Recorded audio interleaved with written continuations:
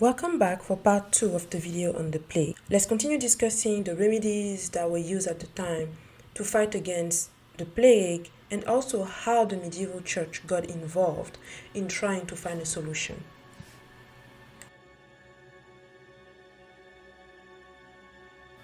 The medieval church was very powerful, and most people were getting the information and their answers to issues and questions that they have at the time through the church. The church tried to provide various cures to the disease. Some of them were public flagellation, using different type of charms, prayer, fasting, going to mass, and doing some religious procession. Unfortunately, they didn't even realize that those procession would basically spread the disease from one area to another, and sometimes from one city to another. Soon enough, mass and a lot of the procession were cancelled, and that happened when they ended up realizing that they needed other techniques to help stop the spread of the disease. And that's when when quarantine and social distancing started. That sounds very familiar. The first instance of quarantining and social distancing actually happened in Croatia, where a 30-day isolation period were required for every ship arriving. It then moved from 30 days to 40 days. It was called quarantino, and that's where the word quarantine from the 40-day isolation came from.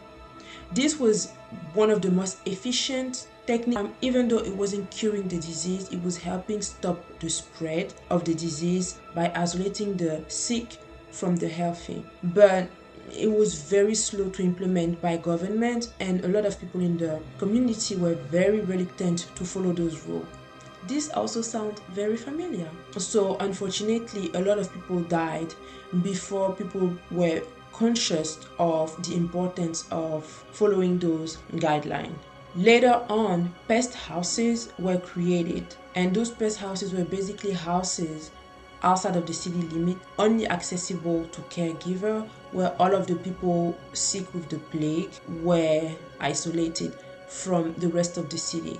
Doctors would wear cloak, hats, and masks to protect themselves. That's what they believed they were doing, protecting themselves and basically keeping a distance between themselves and the patient. Their mask had a long beak, and they would put dried flowers, herbs, and spices inside that beak to help purify the air, in the hopes that by the time you get to their lung, it will be cleansed from the disease and protect them. It seems though that those outfits were actually worn way later on, not in the first onset of the plague, but later on, because unfortunately Europe went through the plague from the 14th century to the 17th century. It will come down and then come back again and then come back.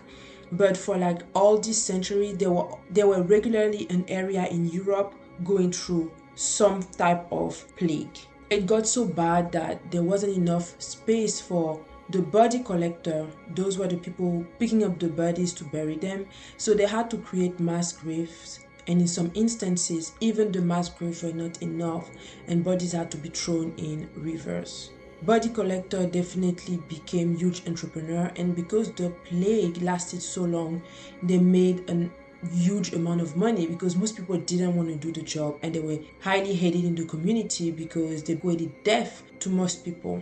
The last great plague happened around 1665, and it was really devastating. Although we're not very sure, we don't have clear answers as to how the plague actually ended after centuries of ravaging Europe, there's belief that the better implementation of quarantine and isolation, as well as the improvement of hygiene and the cremation of bodies instead of burial, are definitely part of the reason why it ended.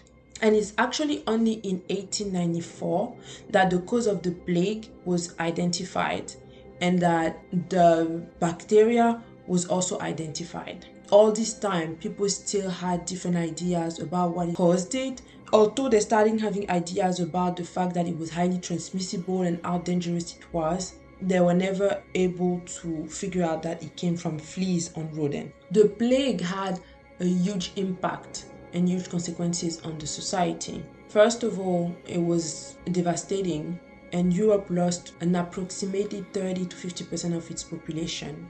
It created high depression, sadness in society. Even when we go back and we look at arts and music and poems at the time, all of them were depressing. We always see a depiction of skeletons and death in most of the arts and poem of the time. It also created one of the deepest recession of history because so many people were dying. There were not enough people to work. It was before industrialization. So agriculture was highly in demand and necessary for people to feed themselves. Most of the people dying were peasants and people working the land. The plague forced to move from a feudal system to a system of wages, and because of the labor shortage, there was more power on the side of the workers who were able to negotiate better wages and improve, well, compared to how things were before, improve their labor condition. The plague also caused a little bit more elevation of women in society because many of them survived men and they ended up having a little bit of a bigger place in society. The plague basically accelerated the move from the Middle Age because of the fields not being cultivated and the shortage of agriculture to the Renaissance stage.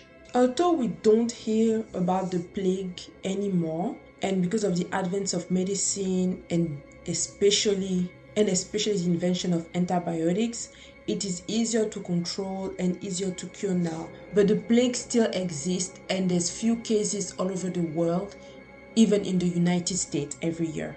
Let me know if you want any more details about anything related to the plague, or if you want to dig deeper about medieval times. Let me know what you know about it, what you want to discuss about it. Leave your question and comment. Also, don't forget to click the links on the description bar and on the screen for my other videos. See you next week. Bye.